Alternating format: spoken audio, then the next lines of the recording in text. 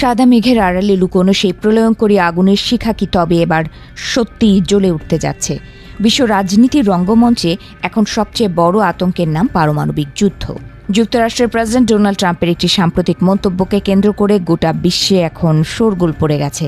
খবর পাওয়া যাচ্ছে যে ইরান ইস্যুতে ট্রাম্প হয়তো শেষ পর্যন্ত পরমাণু অস্ত্র ব্যবহারের পথেই হাঁটতে পারেন। যদিও আপাতত যুদ্ধবিরতিতে রাজি হয়েছে ইরান, ট্রাম্পও তার জায়গা থেকে একরকম পরাজয় মেনে নিয়েছেন, তবে সব শঙ্কা শেষ হয়ে যায়নি। ঘটনার সূত্রপাত হয়েছিল বেশ কয়েক বছর আগে, যখন সাংবাদিক জো স্কারবেরো একটি বিস্ফোরক তথ্য ফাঁস করেছিলেন।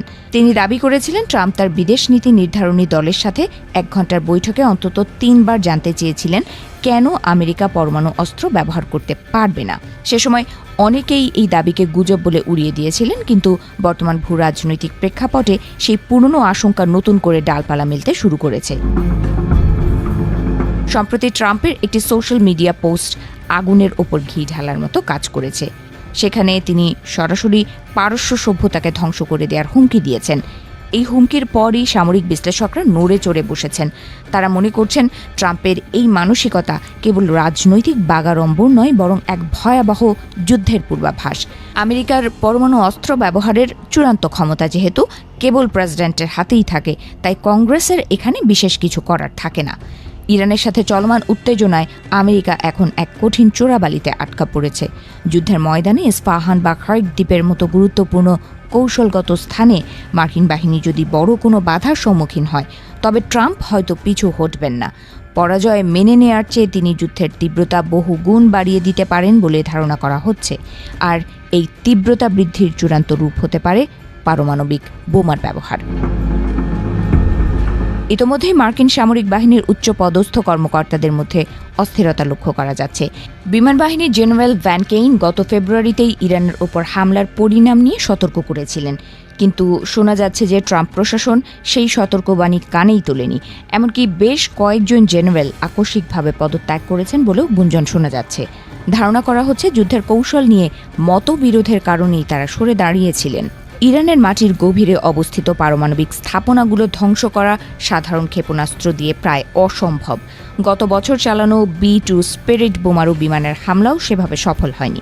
ফলে সামরিক বিশেষজ্ঞদের একাংশ মনে করছেন ইরানকে রুখতে হলে বা তাদের পারমাণবিক সক্ষমতা গুঁড়িয়ে দিতে হলে পরমাণু বোমা ছাড়া আর কোনো বিকল্প নেই। এই ভাবনাটি এখন বিশ্ববাসীকে চরম উৎকণ্ঠার মধ্যে ঠেলে দিয়েছে। মার্কিন প্রেসিডেন্ট এখন এক অদ্ভুত উত্তেজনার ফাঁদে আটকা পড়েছেন। তিনি যদি এখন নমনীয় হন, তবে তা ইরানের কাছে পরাজয় হিসেবে গণ্য হবে। আবার বর্তমান পরিস্থিতি বজায় রাখাও কঠিন হয়ে পড়েছে, কারণ ইরানও পাল্টা জবাব দিয়েছে সমান তালে। এই দোটানা থেকে বেরিয়ে আসতে ট্রাম্প হয়তো চরম কোনো পথ বেছে নিতে পারেন, যা মানব জাতির জন্য বয়ে আনতে পারে চরম বিপর্যয়। দ্বিতীয় বিশ্বযুদ্ধের পর বিশ্ব আর কোনো পারমাণবিক হামলা দেখেনি। হিরোশিমা ও নাগাসাকির সেই ক্ষত আজও ইতিহাসের পাতায় দগদগে। কিন্তু বর্তমান পরিস্থিতি বলছে আমরা গত কয়েক দশকের মধ্যে সবচেয়ে বেশি পারমাণবিক যুদ্ধের কাছাকাছি অবস্থান করছি।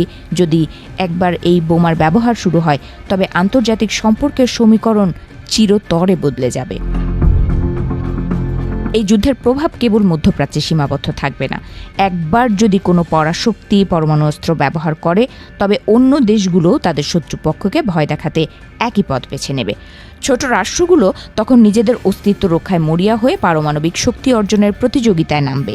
এতে করে গোটা পৃথিবী এক বিশাল অস্ত্রাগারে পরিণত হবে, যেখানে শান্তির কোনো স্থান থাকবে না।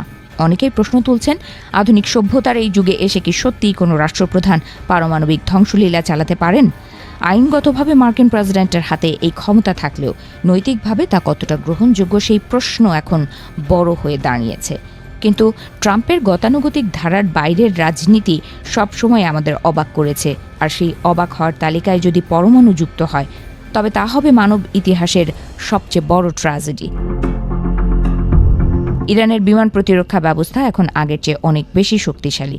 গত কয়েকদিনের সংঘাতে আমেরিকার কয়েকশো মিলিয়ন ডলারের যুদ্ধ বিমান ধ্বংস হয়েছে বলে খবর পাওয়া গেছে। এই ক্ষয়ক্ষতি ট্রাম্পের মতো একজন নেতার পক্ষে মেনে নেওয়া সহজ নয়। সামরিক শক্তি প্রদর্শনের নেশা শেষ পর্যন্ত পারমাণবিক বোতামে হাত রাখতে বাধ্য করবে কিনা, সেটি এখন কোটি টাকার প্রশ্ন। আসলে আমরা এক অনিশ্চিত ভবিষ্যতের দিকে এগিয়ে যাচ্ছি। ক্ষমতার লড়াই আর অহংকারের দ্বন্দ্বে পারস্য সভ্যতা বা বিশ্ব শান্তি আজ হুমকির মুখে। পরমাণু অস্ত্রের ছায়া যদি একবার দীর্ঘ হয়, তবে সেই অন্ধকার থেকে বেরিয়ে আসার পথ হয়তো আর কোনো দিনই খুঁজে পাওয়া যাবে না। সভ্যতার চাকা কি তবে ধ্বংসের দিকেই ঘুরছে, নাকি শুভবুদ্ধির উদয় হবে শেষ মুহূর্তে? উত্তরটা হয়তো সময়ের গর্ভেই লুকিয়ে আছে।